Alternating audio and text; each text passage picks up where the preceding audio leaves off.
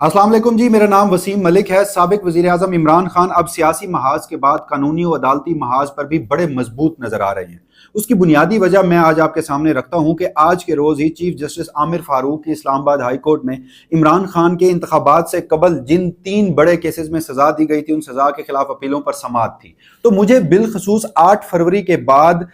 जब इंतखाबी नताइज आते हैं और पाकिस्तान तहरीक इंसाफ के जो वोटर हैं वो बड़ी तादाद में निकल कर वोट देते हैं, तो मुझे अदालतों का जो रवैया है वो इमरान खान के बारे में जो इलेक्शन से कबल था और जो इलेक्शन के बाद है इसमें बड़ी वाज़ेह तब्दीली नजर आती है। और बिलखसूस आज जो अपीलों के ऊपर समाअत थी इस मामले पर भी एक मुझे बड़ी तब्दीली नजर आई है, वो आपके सामने रखूंगा। केसेस कौन से थे, इन केसेस का मुस्तकबिल क्या होने जा रहा है, आज की जो केसेस की तफसीलात हैं वो भी आपके सामने रखनी है। और इसके साथ साथ ये भी बात करते हैं कि आखिर इमरान खान की जो रिहाई है अब उसके कोई इम्कानात रोशन हुए हैं, वाज़ेह हुए हैं या नहीं हुए, या फिर इमरान खान के खिलाफ अब कौन से केसेस चल रहे हैं। और उसके साथ जो दूसरा और अहम मामला वो ये है कि जनाब सदर मुमलिकत डॉक्टर आरिफ अलवी अब जाते जाते थोड़ा मजबूत नजर आने लगे हैं कि उन्होंने कौमी असम्बली का जो इजलास है उसे बुलाने से इनकार कर दिया है। आज एक मरतबा फिर जो असम्बली है वो मुस्तरद की है और उसकी जो वजह वो बताते हैं, उनके मुताबिक कौमी असम्बली की जब तक नशिस्तें मुकम्मल नहीं हो जाती तब तक इजलास नहीं बुलाया जा सकता। और इनके नज़दीक अभी तक इलेक्शन कमीशन ऑफ पाकिस्तान ने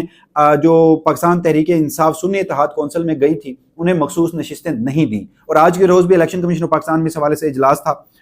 ये सारी तफसीलात क्या हैं, सदर मुमलिकत के इजलास नाम बुलाने के बाद क्या सूरत हाल पैदा हो सकती है, तो आज की इस वीडियो में ज़रा इन मौज़ूआत पर तफसील से बात करने की कोशिश करते हैं। सबसे पहले जनाब इमरान खान के खिलाफ जो केसेस थे उस हवाले से आपको याद होगा कि जो इंतखाबात से यानी एक हफ्ता कबल 29 जो जनवरी 2023 है, फिर हमने देखा माजरत के साथ 29 जनवरी 2024 और फिर 30 जनवरी 2024 और फिर 3 फरवरी 2024, इन 3 दिनों में इमरान खान के खिलाफ 3 केसेस में फैसले आए। सबसे पहले साइफर का फैसला दिया गया। साइफर केस में इमरान खान और शाह महमूद कुरैशी को सजा सुनाई गई। फिर हमने देखा कि जो तोशा खाना नैब का मुकदमा था उसमें इमरान खान और बुशरा बेगम को सजा सुनाई गई। और फिर हमने देखा इद्दत में निकाह का केस जो था, जो 3 फरवरी को जिसका फैसला आया, उसमें भी इमरान खान और बुशरा बेगम को सजा सुनाई गई। जबकि जो चौथे आज जिस केस की समाअत थी वो इसी वक्त इमरान खान के ऊपर एक मजीद ट्रायल चल रहा है, वो है 190 मिलियन पाउंड यानी अलकादर ट्रस्ट केस। उसका अभी ट्रायल मुकम्मल नहीं हुआ, इमरान खान के खिलाफ फर्द जुर्म आयद नहीं की गई और उसमें जो जज थे एहतसाब अदालत के जज मोहम्मद बशीर को तब्दील करके एक दूसरा जज तैनात किया गया। तो अब इन चारों केसेस के हवाले से इस्लामाबाद हाई कोर्ट में समाअत होती है। सबसे पहले बात कर लेते हैं जो 190 मिलियन पाउंड यानी कि अभी तक जिस मामले पर इमरान खान के ऊपर फर्द जुर्म आयद नहीं हुआ और इस मामले पर इमरान खान ने जमानत बाद अज गिरफ्तारी दायर कर रखी है। तो इस हवाले से आज के रोज जो इमरान खान के वकील हैं लतीफ़ खोसा साहब वो पेश हुए और जो इस्लामाबाद हाई कोर्ट के चीफ जस्टिस आमिर फारूक और जस्टिस तारिक महमूद जंगीरी, इन दोनों के ऊपर मुश्तमिल एक डिवीजन बेंच था। और इस केस में जो नैब है उसे अगले हफ्ते के लिए नोटिस जारी कर दिए गए हैं। जबकि मजीद आगे बढ़ते हैं, जो सबसे मरकजी और अहम केसेस थे जिसमें साइफर और तोशा खाना का नैब का जो केस था जिसमें सजा सुना दी गई है, उस केस में जनाबे वाला जो 2 रोज़ हैं उसके बाद समाअत रखी गई है। यानी साइफर और तोशा खाना नैब केस में इमरान खान के खिलाफ जो सज़ा सुनाई गई थी जिसमें शाह महमूद कुरैशी और बुशरा बीबी भी शामिल हैं, उसमें जो दरख्वास्त थी उस पर एतराज़ लगाए गए थे। उस दरख्वास्त में एतराज़ात कुछ इस तरह से थे कि पाकिस्तान तहरीक इंसाफ की जो कानूनी टीम है उन्होंने ना सिर्फ सज़ा मुअत्तली के खिलाफ दरख्वास्त दायर की थी बल्कि मरकजी अपील यानी सज़ा कलअदम करार देने के हवाले से भी अदालत से इल्तजा की थी और ये भी दरख्वास्त साथ दायर की थी। तो इस मामले पर रजिस्ट्रार ऑफिस के कुछ इतराज़ात आयद किए गए थे, मगर आज के रोज़ जब चीफ जस्टिस आमिर फारूक और जस्टिस मियां गुल हसन औरंगजेब की जानिब से इन मुकदमात की समाअत की जाती है तो जो रजिस्ट्रार ऑफिस की जानिब से इतराज़ात आयद किए जाते हैं उन इतराज़ात को दूर कर दिया जाता है और 2 रोज़ के बाद जो यानी जुमेरात के रोज़ यानी 29 फरवरी के मौके पर समाअत रखी जाती है। अमूमन इस तरह हमने देखा भी है कि जब भी कोई किसी मामले के ऊपर पहले दिन किसी केस की समाअत होती है तो पहले दिन अमूमी कार्रवाई सरसरी कार्रवाई होती है और उसमें 5 से 7 मिनट की अदालती कार्रवाई में जो फरीकैन हैं उन्हें नोटिस जारी किए जाते हैं। मगर इसमें जो सबसे इंटरेस्टिंग और सबसे अहम बात वो जो मैंने वीडियो के शुरू में आपको बताया था कि अब इमरान खान सियासी महाज जो कि 8 फरवरी था उसमें जो पाकिस्तान की अवाम है उन्होंने इमरान खान के नज़रिए को वोट दिया, मैंडेट दिया और उसके बाद सूरत हाल यकसर तब्दील कुछ हुई और जो एक कमज़ोर इमरान खान का तासुर दिया जाता था वो 8 फरवरी के बाद ये तासुर बना कि इमरान खान इस वक्त मजबूत है। तो सियासी महाज पे तो वो मजबूत था, मगर आज कानूनी महाज पे मजबूत इसलिए नजर आया कि जब माजी में हमने चीफ जस्टिस आमिर फारूक की अदालत में, जो इस्लामाबाद हाई कोर्ट के चीफ जस्टिस हैं, उस हवाले से इमरान खान के कोई केसेस सुने तो उसमें 15 रोज, 20 रोज, 2 हफ्ते के बाद के नोटिस जारी होते थे। इंतखाबात से कबल हमने ये भी देखा और ये भी नई अदालती नज़ायर कायम हुई कि 8-8 महीने केस का फैसला नहीं सुनाया जाता था। अगर एक बार चीफ जस्टिस आमिर फारूक फैसला महफूज कर लेते थे तो वो हफ्तों फैसला नहीं सुनाया जाता था। मगर आज ऐसा अचानक क्या हुआ कि 2 रोज के बाद ही ये समाअत रख दी गई। तो ये वाजे ही इस हवाले से इम्कानात हैं कि इमरान खान 8 फरवरी के बाद जो अदालतों का रवैया है वो तब्दील हुआ है। और 8 फरवरी के बाद भी हमने देखा था कि 8 फरवरी से फौरन बाद जो 9 मई के मुकदमात थे जिनमें इमरान खान को नामजद किया गया था, उसमें 12 के करीब ऐसे मुकदमात थे जिसमें अदलिया की जानिब से उन्हें जमानतें फराहम कर दी गई थी। तो 8 फरवरी के बाद इन मरकजी अपीलों पर आज पहले रोज समाअत थी और इस हवाले से काफी मुस्बत पेशरफ्त हुई है, चूंकि जिस तरीके से ट्रायल चलाया गया है उस तरीके से जब भी इस केस के ऊपर, मेरिट्स के ऊपर दलाइल होंगे, ये तीनों सजाएं ना सिर्फ मुअत्तल होंगी, जबकि मरकजी अपील चलेगी, थोड़ा वक्त आगे बढ़ेगा,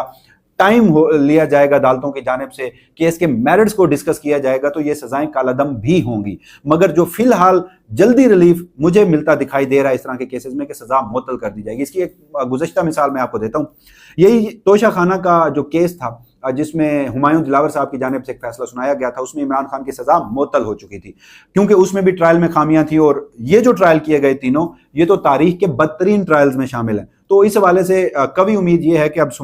जुमेरात के रोज जो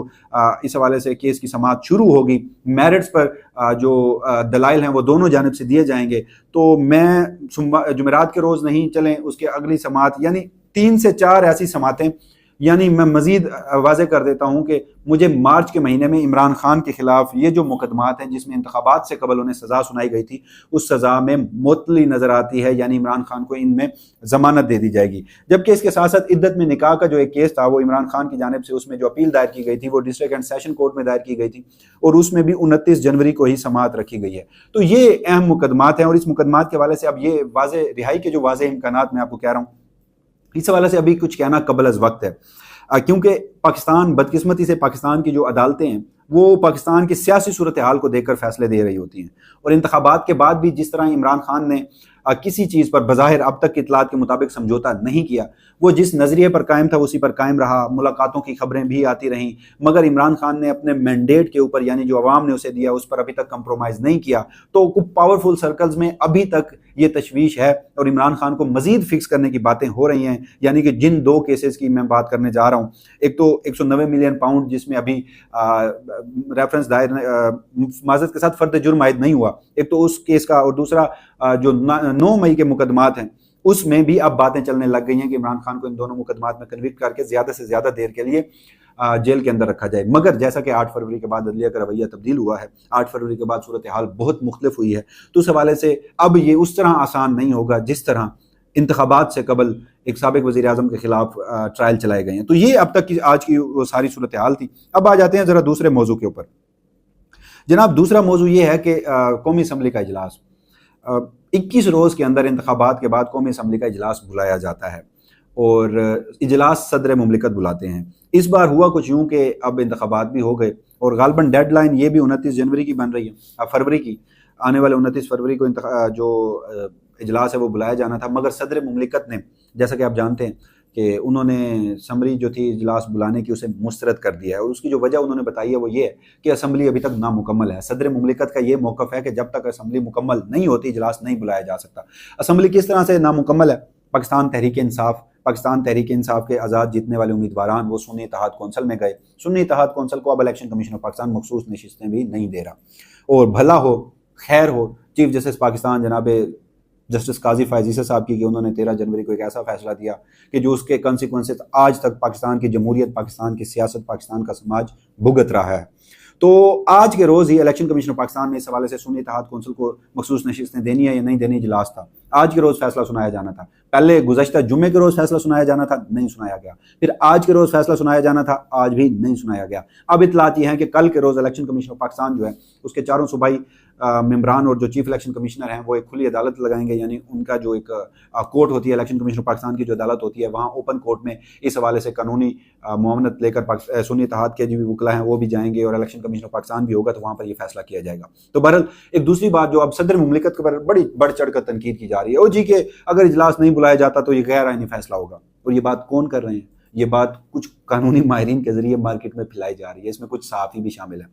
लेकिन इन सब किरदारों को, बल्कि माजरत के साथ इन सब शर्मनाक किरदारों को,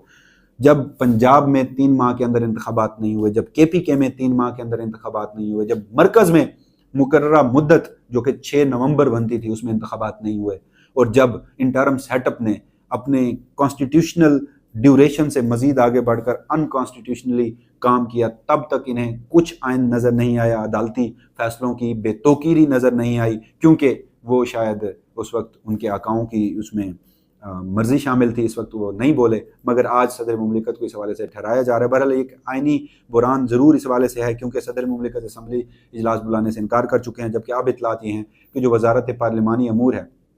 वो निगरान वज़ीर आज़म से मुशावरत करके स्पीकर कौमी असम्बली को दरख्वास्त भेजेगी, और स्पीकर कौमी असम्बली जो राजा परवेज़ अशरफ साहब हैं वो इस हवाले से 29 फरवरी को ही इजलास बुला सकते हैं। तो इस हवाले से जो भी फर्दर डेवलपमेंट होगी वसीम मलिक अपनी इसी प्लेटफॉर्म से आपको आगाह रखेगा। तब तक के लिए मुझे दीजिएगा इजाज़त। अल्लाह हाफ़िज़।